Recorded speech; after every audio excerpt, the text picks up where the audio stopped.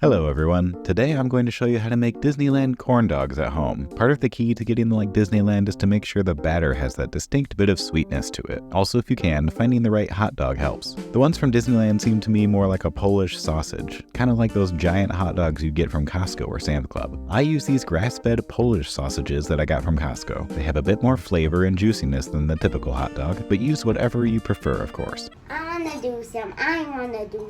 To make the corn dog batter, in a large bowl combine 1 cup of cornmeal, 1 cup of all-purpose flour, 2 tablespoons of sugar, 1 tablespoon of sugar. What that mean? 2 teaspoons of baking powder. Baking powder? What? Baking powder, not bacon powder. Oh, bacon powder. And half a teaspoon of salt. In the actual video recording, I have these ingredients, but if you use the quantities listed here, it should be enough for about 8 corn dogs. Whisk these dry ingredients together until completely combined. Next, add 1 cup of buttermilk. If you're like me and don't have buttermilk in your fridge, you can make your own by combining 1 tablespoon of vinegar with enough milk to get to the 1 cup line. For the rest of the wet ingredients, add 1 egg.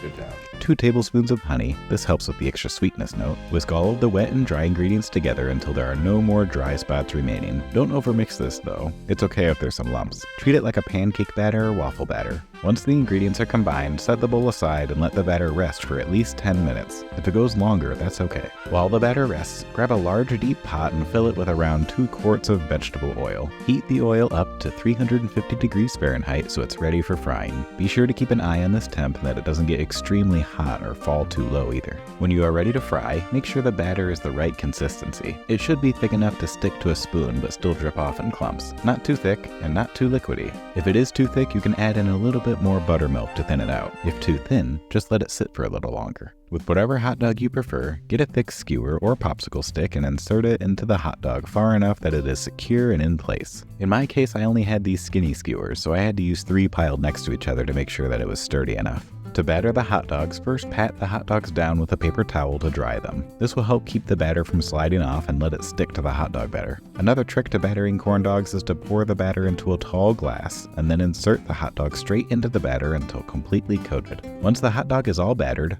very carefully transfer it to the hot oil. You might want to insert it into the oil slowly at an angle and let it cook for a few seconds while holding it. This can help prevent it from potentially sticking on the bottom of the pot, but again, please be very careful. Cook the corn dog for around 4 to 5 minutes and turn the corn dogs using tongs as needed to help with even cooking. Once the corn dogs are looking nice and golden brown, carefully remove from the oil and place onto a plate lined with some paper towel to help let excess oil drain off. Repeat for as many corn dogs as you are making and make sure you check the oil temp while you're frying. After this, nothing left to do but enjoy some corn dogs. My Mickey's in the queen. The batter on these is perfectly crisp on the outside and fluffy on the inside. The buttermilk and honey really help get the flavor similar to the ones from Disneyland. Dip in your favorite condiments, ketchup, mustard, maybe go crazy and make a cheese sauce. It's theme park food. It's okay to enjoy yourself a little. Disneyland corn dogs. I tried one. Did you like it?